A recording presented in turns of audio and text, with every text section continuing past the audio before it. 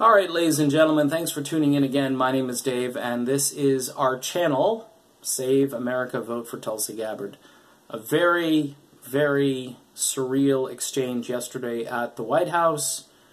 Donald Trump had for his special guest the wife of newly installed Venezuelan President Juan Guaido, who isn't recognized as the president by Venezuela and a lot of other countries.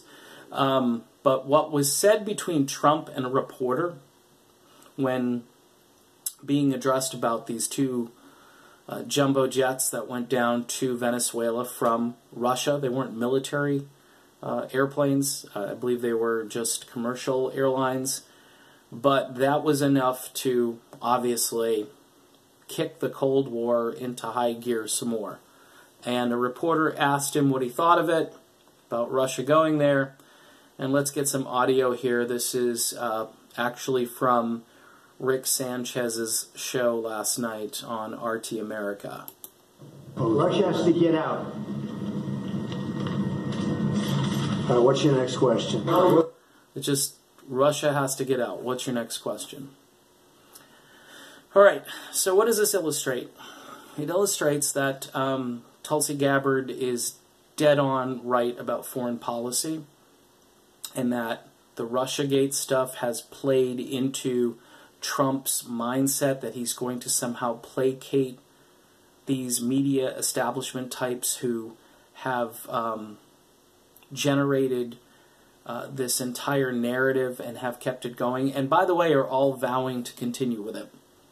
It's incredible. It's basically they're going to double down on the lies that they told, and they're going to wait for the report to come out, or they're going to talk about obstruction again. Obstructing what? If there was no indictment, if there was no crime, you're obstructing no crime, you're obstructing no injustice. I don't get that. See, they wasted a lot of time there, and they keep wasting time. They could be talking about issues. You know, if you had a peace candidate in the forefront of everybody's thinking, if you had Tulsi Gabbard, who at this point, you know, RT plays this clip. On the line with us now is Tulsi Gabbard from the great state of New Hampshire. She's been campaigning up there and figured she'd be the perfect person to respond to this this event here at the White House with President Trump telling Russia that they need to get out. Perfect opportunity for a network to actually give Tulsi some exposure. RT is not the worst of the networks doing this. Actually, they're probably the best as far as covering Tulsi and Bernie and really giving alternative perspectives on the war machine here, which is cranking up again into full gear. See, I want a president of the United States. I don't want a president who's going to constantly worry about what's happening in other countries. And if I'm narrow-minded or naive to think that what goes on in Venezuela isn't important to me, yeah, I know. The gas prices have shot up a lot. There's a reason for that, and it probably has to do with the fact that they're not pumping oil and we're not purchasing their oil, or it has some other thing to do with the petrodollar somewhere. You know, it's just... And these guys go around the world, and all they do is talk about the oil, the oil, the oil. And you know what? The progressives are probably right about alternatives and renewables and hybrids and whatever else we need to do. Even if you're not, you know, on board with the entire Green New Deal, okay, there are things that you can do to change our... I mean, this relates to foreign policy. You know, if we have clean energy, something like this, I mean, we shouldn't have dictators. I call them dictators. We shouldn't have ambassadors or officials in our government running around the world. That was a Freudian slip. Running around the world telling other countries that we're going to go get your oil. And this guy Bolton, he's just a piece of work who, again, Jeb Bush must be at home just cheering. Wow, who knew that Donald Trump was a Bush? Who knew? He hated me. He hated George W. Bush. But yet, here he is. He didn't even like my father all that much. But, wow, he's just like one of us. I mean, Trump gets out of the White House, you know, whether it's this time or in 4 more years. And if the media has their say, Trump's going to serve another 4 years. And they're going to lose their collective minds, but they're going to have ratings. And that's their most important thing. It's not about making America safe, because our safety apparently isn't that important to Donald Trump or the mainstream media. Now, Trump is just playing that card that Tulsi Gabbard has been talking about, where he's not Putin's puppet. Just get out. I mean, that's what... I mean, and that was just a blunt statement. Putin hears that. I mean, everybody says, you know, Trump's playing 3D chess all the time. And I think you don't want to play 3D chess with Vladimir Putin. Okay? I just, it's amazing. And what do the networks mostly ignore?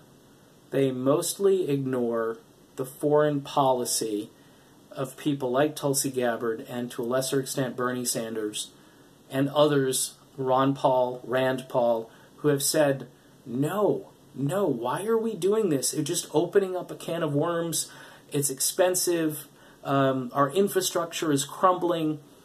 And we're going to ratchet up the tensions between Russia and the United States. I mean, that little sound clip there, to me, it's breathtaking. It's surreal. It's like, why are we going into another Cold War? And let's pray that we don't go into a hot war with Russia. I mean, this country for years feared this. And it was the Democrats during the 1980s that were reaching out. And then finally, Reagan got this done with the help of a lot of other people. Put some pressure and signed a treaty which Trump got out of. It's just, why? Why? I mean, you say you like Ronald Reagan, and that was one of the things that Reagan did that was good. And I'm just shaking my head at the situation. And the peace message seems to not, it just doesn't work with people. I mean, I guess they don't fathom the fact that peace is safe. It's safety. It's, we're not spending trillions of dollars, and we could bring the money home and build up our infrastructure, take care of people in need. The homeless populations are exploding all over the country, and this is what we got. Venezuela. We're worried about what's happening in Venezuela. Trump is sitting next to the puppet wife. Juan Guaido's wife is there. She's the new First Lady of Venezuela. I mean, what other country? Which country is next? There's got to be another country where they're going to have a humanitarian crisis, and we're going to have to go in to fix it, right? Because that's what we do. We go in and we blow it up, and then we fix it in our own image. Then we leave, and it's worse than when we got there the first time. Tulsi Gabbard. This is why we need Tulsi Gabbard. We need the Tulsi philosophy. She's the only candidate running that is clear on all these principles. And I know a lot of Americans don't think foreign policy matters, but foreign policy is everything right now. It's everything, and it's been everything for the last 50 years. And it's caused a lot of our economic woes. It's caused our $22 trillion debt. Hey, Tea Party people, remember that? I love ragging on the Tea Party because they were, oh, we got to cut spending, we got this debt, we've got to figure out how to get this debt under control, and they all voted for Donald Trump, and then Donald Trump cranked up the military spending, cranked up all the other spending, and, you know, he hasn't spent money on people who really need it. Tax cuts over here, a few tax cuts, a few crumbs falling off the table, yet one bad problem can wipe a family out. That's the truth. Why do you think so many people are checking out the whole universal basic income Andrew Yang is throwing out there? This is why. It's not because people are lazy. It's not because people are not willing to work. It's because they do all that stuff and they still can't make it. A lot of people. there is a big disparity between the people at the top and the people even in the middle, never mind the bottom. It's rough these days. And the economy, last quarter, for all you rich folks out there, the economy really slowed down, 2.2% growth, which again isn't horrendous, but it's not 3-4%. That's what we were told we were going to get. And then we're going to hear all these excuses as to why it didn't happen. So we can't keep running the economy on the back of the military-industrial complex and supporting it. Normal folks need help as well. And a Cold War with Russia is very, very dangerous.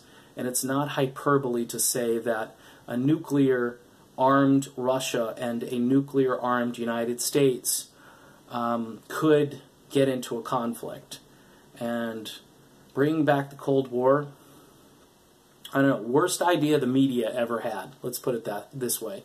And Donald Trump is playing right into the media and what they wanted. So that's it. Tulsi for president. Please help her. She needs more donations. If you haven't donated, think about it. Think about it for your kids and your grandkids and the future of this country, because we will have no future if a nuclear war breaks out, and we will have no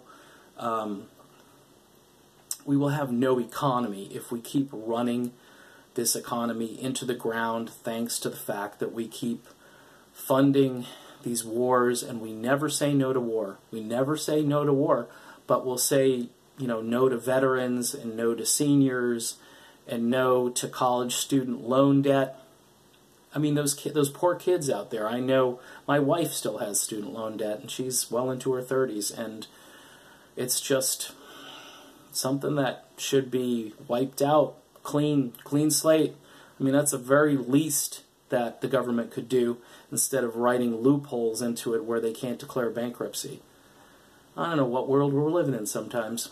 All right, as you can see, I am a work in progress, and learning, and as I learn and speak it to y'all, I thank you again for tuning into this channel, and please subscribe if you haven't done so. I'm hoping to get to 1,000, maybe today, maybe tomorrow, and monetization would be right around the corner, and I'll get those crumbs falling off the table.